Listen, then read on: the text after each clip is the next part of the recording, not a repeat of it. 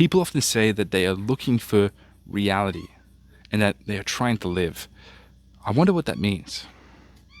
Some time ago, a group of people were sitting in a restaurant, and one of them asked the others to say what they meant by reality. There was much vague discussion, much talk of metaphysics and psychology, but one of those present, when asked his opinion, simply shrugged his shoulders and pointed at the salt shaker. He was amazed to find that no one understood him, yet he had intended to be neither clever nor obscure. His idea was just to give a common sense answer to the question, an ordinary assumption that reality is whatever exists. He was not understood because his friends, in common with many others, regard reality as a special kind of existence and life, with a capital L.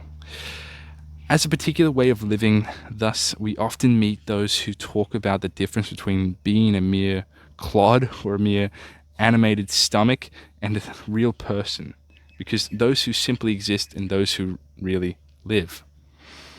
In Chinese philosophy, life is called Tao, and the Chinese speak of the wise man as one who realizes, makes real to himself, his accord and harmony with Tao. Therefore, it is asked whether Tao means life in the sense of simple existence, or whether Tao is life lived in a special way, lived faithfully, thoroughly, vitally, and with certain zest born of the joy of being alive. The answer to this question depends solely on why it is asked.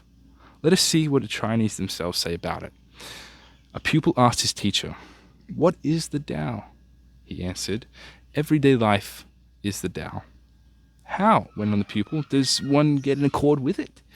"If you try to accord with it," said the teacher, "you will get away from it." Indeed, we have all met those who are trying very hard to be real persons, to give their lives reality or meaning, and to live as distinct from existing. These seekers are of many kinds, highbrow and lowbrow, ranging from students of arcane wisdom to the audiences of popular speakers on pep and personality, selling yourself and making your life a success. I have never yet met anyone who tried to become a real person with success. The result of such attempts is invariably loss of personality, for there is an ancient paradox of the spiritual life whereby those who try to make themselves great become small. The paradox is make yourself great by making yourself small. You succeed only by remaining small. It is all a question of motive, of what you want. Motives may be subtly concealed and we may not call the desire to be a real person the desire to be great, but that is just a matter of words. So many modern religious and psychologists religions and psychologies make this fundamental mistake of trying to make the tail wag the dog, in which is what the quest for personality amounts to. Old-fashioned Christianity was never so stupid, for its aim was never to achieve greatness or great personality. For man, its aim was simply to serve God and ascribe all greatness to Him. But in these days, so many people find themselves unable to believe in the Christian God, and his more abstract substitutes fail to inspire any genuine devotion and reverence. So, we return to the original question. What then is life? What is reality? And that it may inspire us with devotion. If we regard it as a particular way of living, doing, or as a particular kind of existence and accord our devotion to that, what are we doing? We are revering its expression, its great personality, in the behavior of those whom we consider real persons. But here is the snag. When we revere real personality in others, we are liable to become more imitators. When we revere it as an ideal for ourselves, here is the old trouble of wanting to make yourself great. It is all a question of pride. For if you revere life and reality only in particular types of personal living, you deny life and reality in such humble things as, for instance, salt shakers, specks of dust, worms, flowers, great unregenerate masses of human race, we are reminded of the Pharisees' prayer, thanking God, and he had not made him sinful like other men. We are reminded of the Pharisees' prayer, thanking God that he had not made him sinful like other men, but a life, a reality, a Tao that can be at once a Christ, a Buddha, a Lao Tzu, and an ignorant fool or a worm. This is something really mysterious and wonderful, really worth devotion if you consider it for a while. The Buddhist scriptures say, when every phase of our mind is in accord with the Buddha mind, there shall not be an atom of dust that does not enter into Buddhahood. For life and reality are not things you can have for yourself unless you accord them to all others. They do not belong to particular persons any more than the sun, moon, and stars. I've always found that interesting, that whole thought process there. That was obviously an essay by, again, Alan Watts. Again, plenty of essays to go through called What is Reality? And I always found that so interesting because as a young man, and still am a young man, I suppose,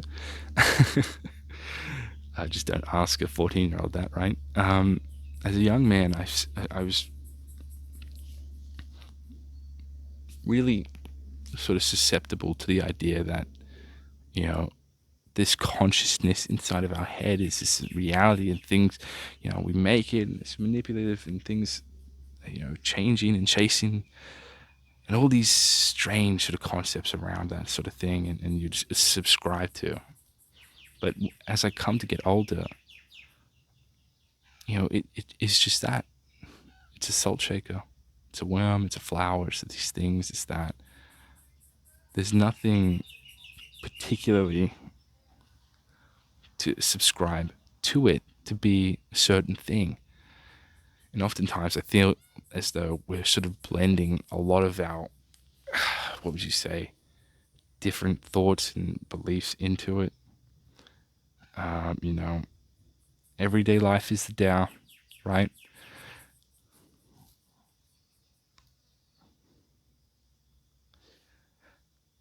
I think that's something that's talked about often, right? Is that there's people that talk about those that are really animated, those are really alive, versus those that are just inanimate clods, mere an animated stomach, right?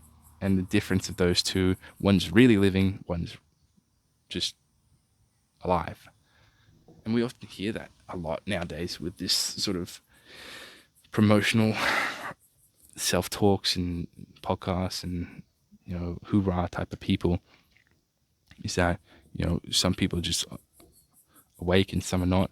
The reality is that both are true, both are the same. Both living the same thing. It's both here right now.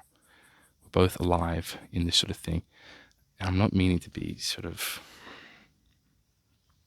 wooey, or I'm not meaning to be, what would you say? I'm not trying to be convoluted here.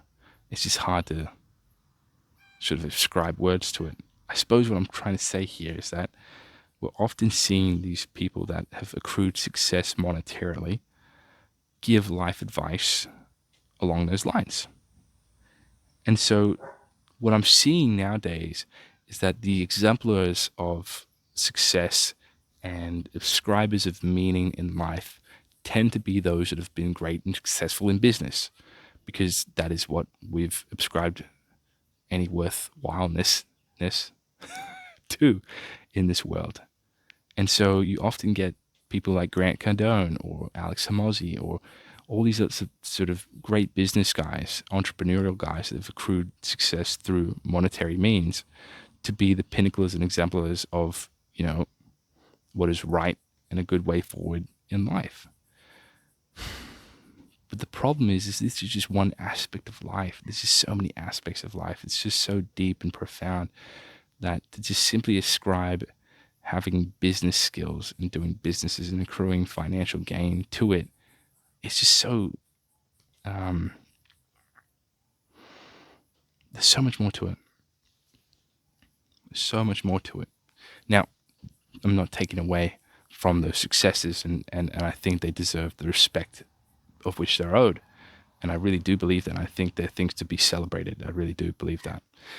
Don't get me wrong there.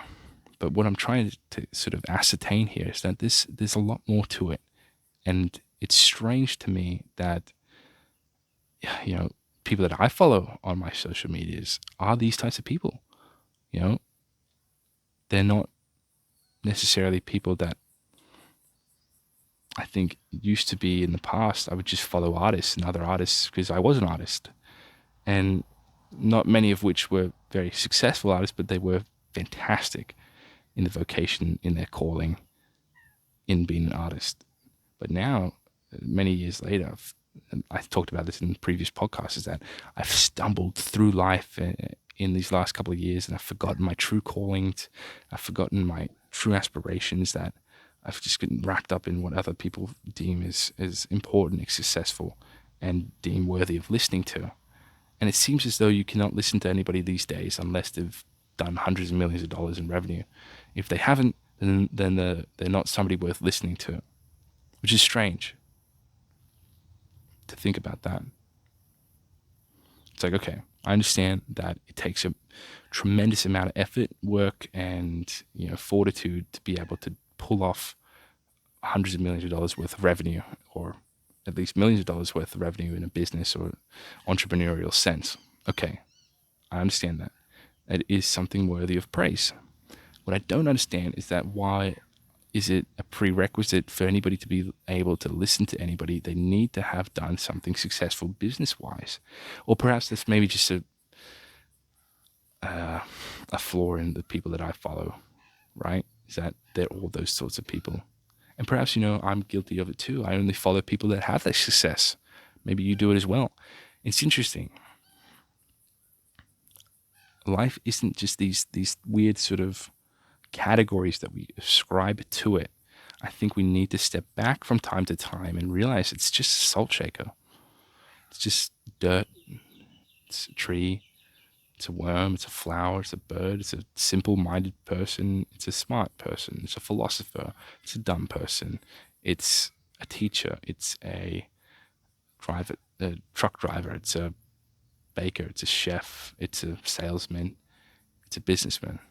It's a person that manufactures trampolines. It's all these things at once. And I think we're so good at narrow-minding ourselves into life, into things, into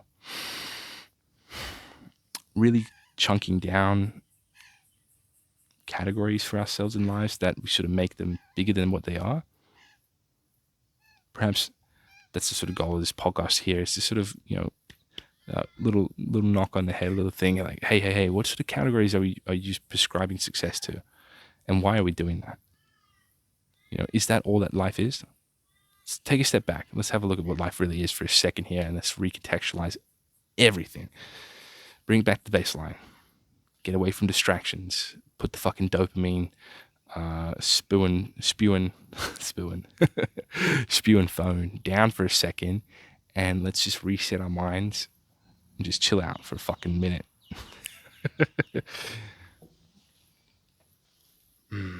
Life and reality.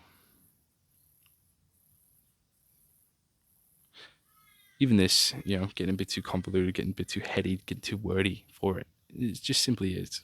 This is it. You are it. Use this as sort of like a little stopping along the way to be like, okay, where am I right now? What am I doing right now? What am I looking at? What am I feeling? And just feel that. Just be that. Just move in it. Thanks for joining me. Appreciate your time.